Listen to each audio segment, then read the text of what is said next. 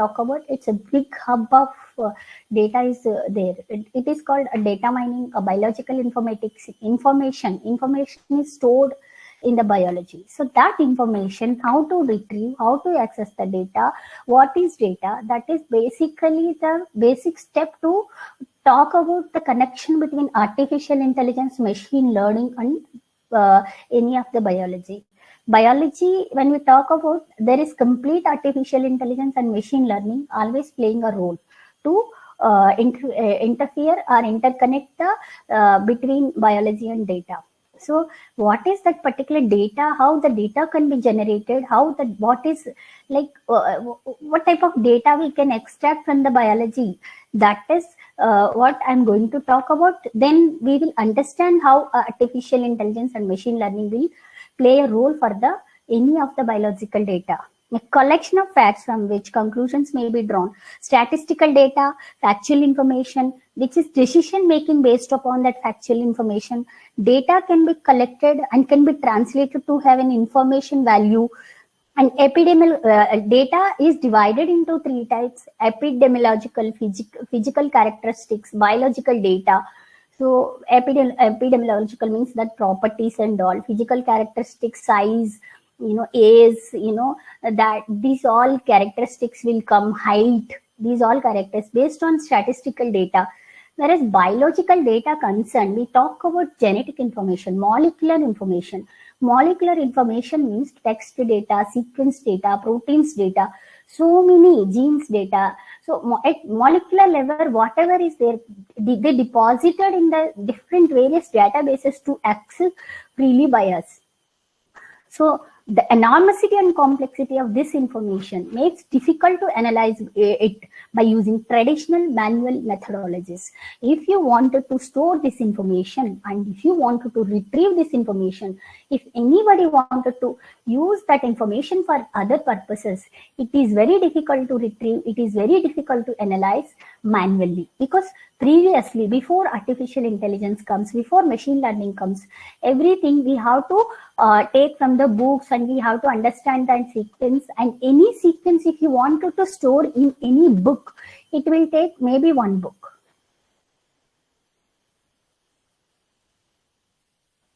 Just 1 minute.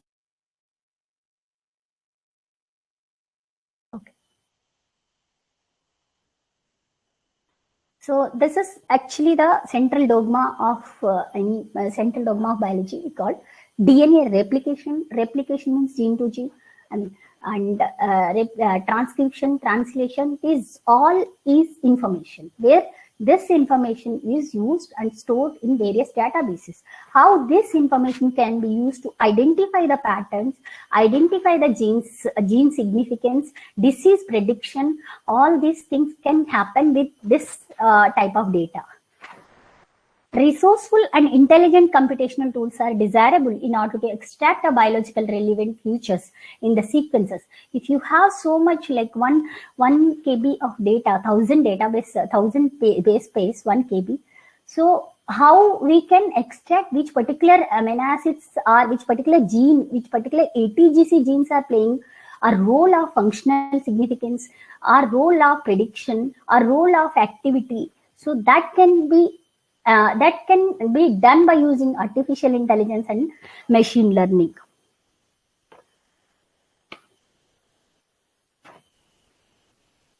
In a supervised learning, if any data, if you talk about, the data is divided into two types. One is supervised learning and another one is unsupervised learning. Supervised learning means, like in supervised learning model, algorithm learns to a labeled data set. Providing answer key to the algorithm can use to evaluate its accuracy on training data. An unsupervised model, in contrast, provides unlabeled data that the algorithm makes sense of, extracting features and patterns of its own. Supervised learning and unsupervised learning. Supervised learning will have a guide. Unsupervised learning will not have any guide. It doesn't follow any guide. Based on the features of the genes or proteins or any of the data, it will try to predict that this may belongs to this group, this may belongs to this particular function may attain by this protein. Whereas supervised learning, we will say particularly, we will give particular outcome, particular function, then we will say whether that particular gene belongs to this or not. Like if I talk about SARS-CoV-2 proteins, we will ask the protein sequence, we will say that this may be virulent or not virulent, we will mention definitely. So it, but neural network and any classification algorithm, SVM, support vector machine, any classification algorithm, it will try to predict whether it belongs to particular virulent, it exhibit any virulent property, or it belongs to any cancerous gene or non-cancerous gene. That is the basic difference between supervised learning. I am going to explain about supervised learning by using neural network methodology. So, why we talk about artificial intelligence, role of machine learning, or anything when to especially in terms of gene sequences, because interdisciplinary is playing a role, and handling biological data is not so easy, whereas computer or any other statistical population data we handle. So biologists, computer scientists, engineers to come together, and we have to develop a computer-based methodologies for the better understanding of the proteins or gene systems. Computational tools such as neural network, radial basis function network, fuzzy logic, differential evolution, genetic algorithms, support vector machines, all things. And that when you see real-time example, if anyone wanted to identify these are the apples, so we will say that initially we will say that these are apples. You learn and identify these apples. So the patterns will be identified based on labeled. So then it will be identified. Like if you give any sequence, we will say that these are virulent properties. So even you give some unknown virulent properties based on patterns, depending upon some interactions, it will try to identify whether it belongs to virulent or not virulent. That is supervised learning. That is generally done by classification tools, and neural network is effectively using support vector machines. These are various artificial intelligence tools are using in this. Whereas unsupervised learning, whatever you give, mixed patterns, unlabeled data, we will give mixed patterns. These mixed patterns will be identified by using unsupervised learning. It will try to identify by making the different patterns, by making the seeing the shape, or different factors. If you talk about genes, it will take about different interaction, different gene properties. So different ATGC properties, the sequence, formation. So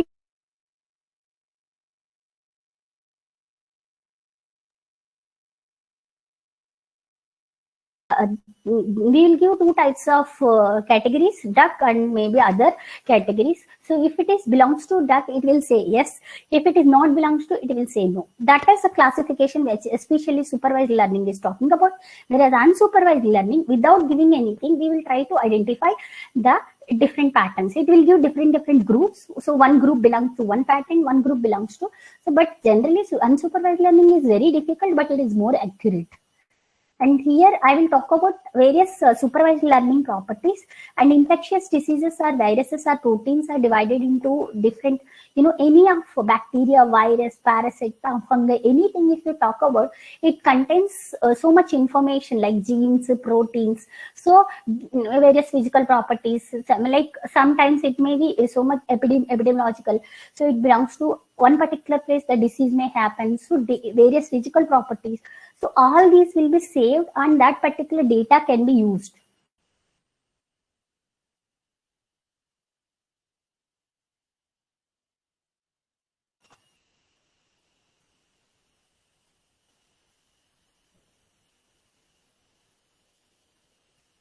One minute.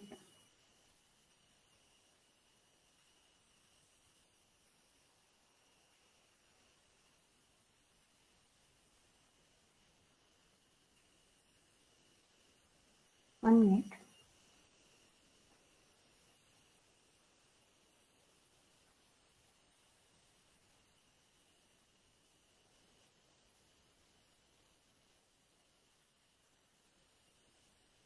So these are the different properties.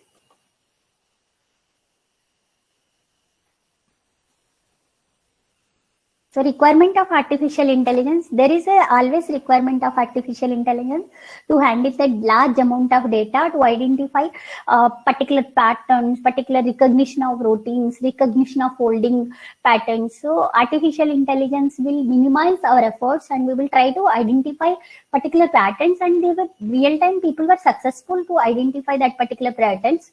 And when we talk about classification, we know about taxonomical classification, but we never knew about genetic classification.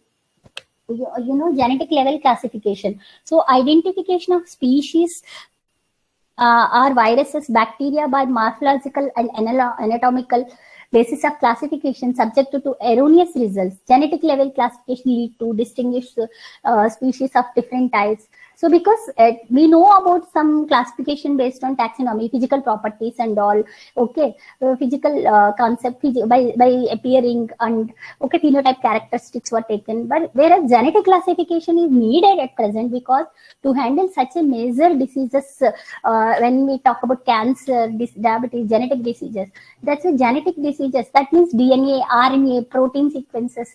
So to take a different patterns of protein sequences from the different patients, try to analyze that patients wherever there is a difference, like we can go for sequence similarity. After sequence similarity, we can give it to whether if you give another unknown gene sequence, so really that particular gene is causing any it exhibit any virulent property or not, it may cause any gene or not, that can be identified by using this particular neural network or any supervised or unsupervised learning. But at the end, we have to go for experimental validation.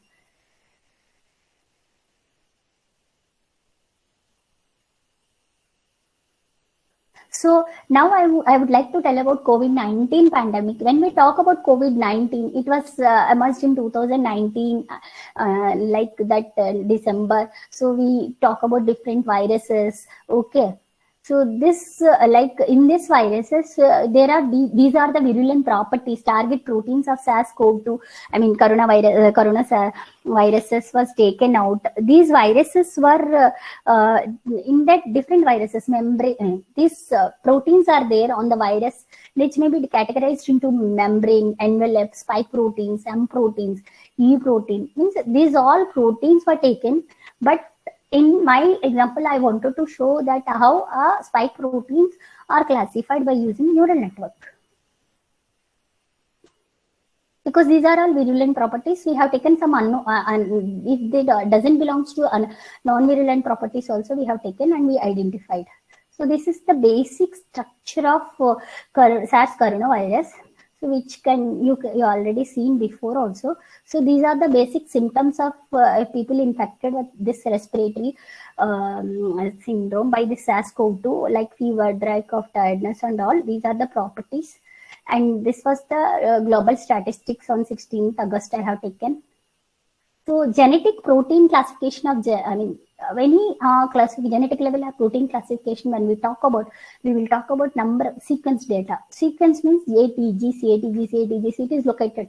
So that particular primary sequence we will talk about. This primary sequence or protein sequence will be collected. We have taken from the different, how, because at present, if we give any information, any protein which is responsible for majorly virulent characteristics, if you identify that particular major virulent property, so maybe people can go with that virulent, only that protein, and they will try to do some drug and binding interaction. They can come up with some conclusion.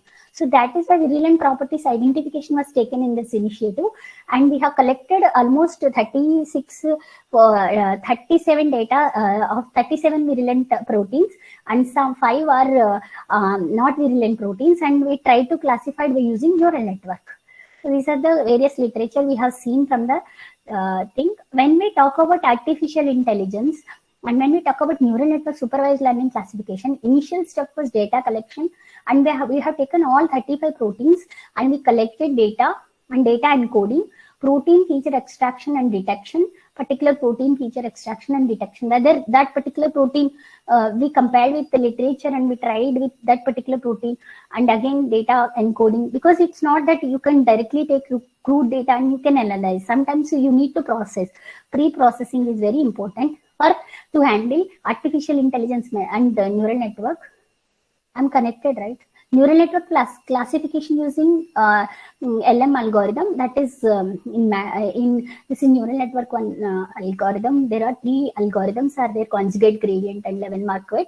So we use neural network Levin-Marquardt algorithm and clustering neural network tool for identification of virulent proteins. We did this, but we are not winded up at right now. Even feature extraction we did by using principal component analysis. Feature extraction means instead of taking a full length of the protein, let us take only some part, which is very much virulent property, which exhibit major role of virulence. That particular protein can be inhibited or not. That particular feature can be extracted by using PCA. We can also do by using SVM, but people generally use PCA, then they go for SVM, support vector machine. And phylogenetic tree means how these sequences are connected. That we analyze by using phylogenetic tree also. So that proposed method is like neural network algorithm. We did this one did in MATLAB, and even used to do C also. We can use R software also. Initially, we have taken all the data sequences, 37 plus 5, or like 42 sequences were taken. 42 sequences were given to the any MATLAB tool and C language and R software, anyone. So when it has been given to that, it was because this is it is not unpublished now, so it is under review process, so I can't show that particularly. But some proteins which are taken for the by using artificial intelligence, I mean for the neural network, some out of 42 proteins, I can show you 3 proteins here. These are the 3 proteins which we were taken in that. And artificial neural network, what it does, artificial neural network means it exactly follows brain.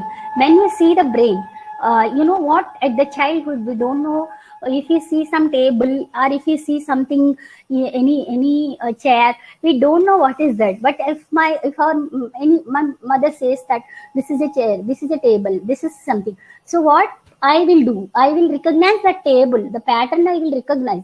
Next time if I see, I will see that it is a table, it is a chair. So the same thing artificial neural network follows. It follows exact brain mechanism, and it will try to mimic the patterns. It will try to take the patterns from the sequences, the protein structures. If you talk about protein structure prediction, it will try to remember the patterns, and it will try to get the conclusion that it maybe belongs to this. Because initially in neural network, we will train the neural network by giving some virulent proteins.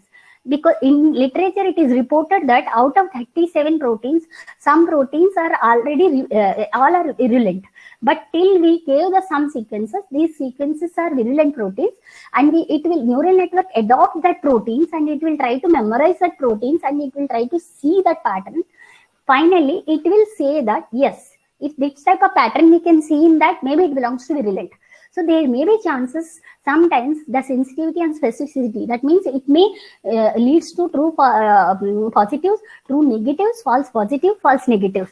But then till the success of the artificial intelligence is 80 to 85%, and it was reported and people are using successfully. At the end, people are going for experimental trials.